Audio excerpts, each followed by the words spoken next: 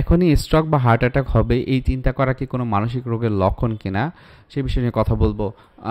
আমাদের আশেপাশে অনেকেই আছে যে বিভিন্ন রকমের দুশ্চিন্তা থাকে এবং অনেকে কমপ্লেন করে, এই যে দেখো আমি এখনই হার্ট অ্যাটাক করে ফেলবো, আমার মনে হয় এখনই স্ট্রোক করব।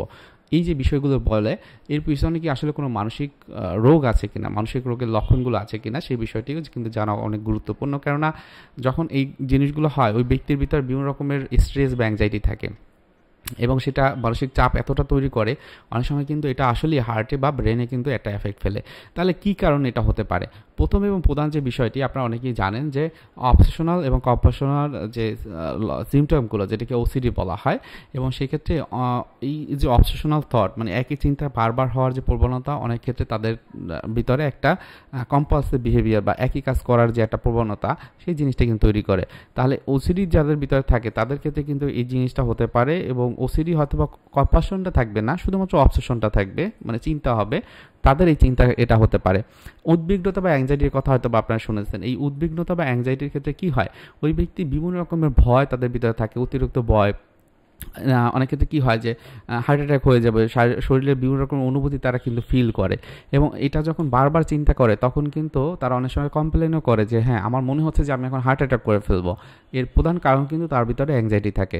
হাইপোকন্ড্রিয়া আপনারা হয়তো বা নাম শুনবেন, যেখানে ব্যক্তির শারীরিক কোনো কারণ থাকে না, সেই যে কমপ্লেনগুলো করে এগুলো হলো অতিরিক্ত পরিমাণ তার উদ্বেগ বা মানসিক টেনশনের জন্য।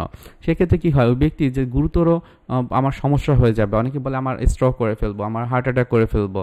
আবার অনেকে কিন্তু এই ধরনের চিন্তার ক্ষেত্রে তার শরীরকে ঘিরে থাকে, যেটাকে আমরা বলি হেলথ অ্যাংজাইটি, অর্থাৎ তার স্বাস্থ্যকে খুব বেশি গুরুত্ব দিচ্ছে, আমার স্বাস্থ্য খারাপ হয়ে যাবে। অনেকে মনে করে আমার কিডনি নষ্ট হয়ে গেছে, অনেকে হার্ট নষ্ট হয়ে গেছে, আমার মনে হয় লিভারটা পচে গেছে, ধ্বংস হয়ে যাবে, এরকম কিন্তু অনেক সময় তাদের চিন্তা করে। প্যানিক ডিসঅর্ডারের ক্ষেত্রে কী হয়, যে ওই যে ভয়টা বা তার ভিতরে অ্যাংজাইটিটা যদি এমন থাকে যে অনেক পরিমাণ বেশি, তখন প্যানিক অ্যাটাকের ক্ষেত্রে এটা শারীরিক বিভিন্ন রকমের লক্ষণের ভিতরে, যেমন বুক চাপ লাগা, শ্বাসকষ্ট থাকা, হার্ট অ্যাটাক করবে, স্ট্রোক হতে চলছে, হাত পা ঠান্ডা হয়ে যাওয়া, কোনো রকমের শারীরিক যে লক্ষণগুলো কিন্তু বেশি হয়ে থাকে। তাহলে প্যানিক অ্যাটাকে কিন্তু অন্যতম একটা কারণ। ডিপ্রেশনের কথা যদি বলি, ওই ব্যক্তি বেশি পরিমাণে অতীতের চিন্তা থাকে অসম্ভবভাবে, বিভিন্ন রকমের চিন্তা সবসময় তার বর্তমান থাকতে দেয় না, হয়তোবা ভবিষ্যৎ নিয়ে যখন চিন্তা করে তখন তার ভিতরে অনেক বেশি মানসিক টেনশন হয়, অতীতের বিষয়গুলো বারবার ফ্ল্যাশব্যাক হয়।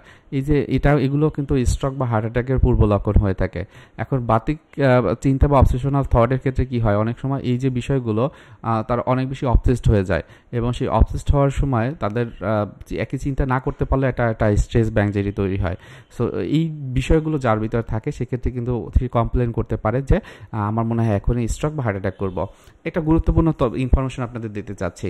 এই ধরনের সমস্যা যখন যাদের ভিতরে থাকে, বেশিরভাগ ক্ষেত্রেই দেখা যায় তাদের ভিতরে সামাজিক কিছু চাপ থাকে, ফ্যামিলিগত কিছু চাপ থাকে, তার নিজের ভিতরে কিছু এই যে পার্সোনাল যে ডিসঅর্ডার বা মানসিক রোগগুলো থাকে সেগুলো থাকে, হয়তোবা তার কনফিডেন্স লেভেলটা অনেক কম থাকে, হতাশা বা বিভিন্ন রকমের দ্বন্দ্ব তার মনে কাজ করে, এর কারণেই কিন্তু এরকম হয়ে থাকে। সেক্ষেত্রে এই বিষয়গুলো যার থাকবে, আপনার প্রাথমিক পর্যায়ে রিল্যাক্সেশন এক্সারসাইজ যেটি আছে আমাদের ইউটিউব চ্যানেলেও আছে, অন্যান্য ইউটিউব চ্যানেলে আপনি সার্চ দিলে পাবেন। তবে আমি মনে করি আমাদের চ্যানেলে যেগুলো দেয়া এগুলো আসলে মাইন্ডফুলনেস বেসড এবং book centre, resource centre. So এটাগুলো আপনার প্র্যাকটিস করতে পারেন। এটা প্র্যাকটিস করার পর একটা সময় দেখবেন যে আপনার লক্ষণগুলো সেগুলো আপনি অনেকটাই কমে ফেলতে পেরেছেন। যদি সেটা না পারেন বা সম্ভব হয় না, তখন অবশ্যই প্রফেশনাল সাহায্য নেবেন। সেক্ষেত্রে কোনো সাইকিয়াট্রিস্ট অথবা সাইকোলজিস্টের শরণাপন্ন হলে এই বিষয়গুলো ডিল করা খুব সহজ। আজকে ভিডিও এখানে রাখছি। ভালো থাকেন, সুস্থ থাকেন। অবশ্যই চ্যানেলটি সাবস্ক্রাইব করে রাখবেন যদি আপনি চ্যানেল নতুন হয়ে থাকেন। আসসালামু আলাইকুম।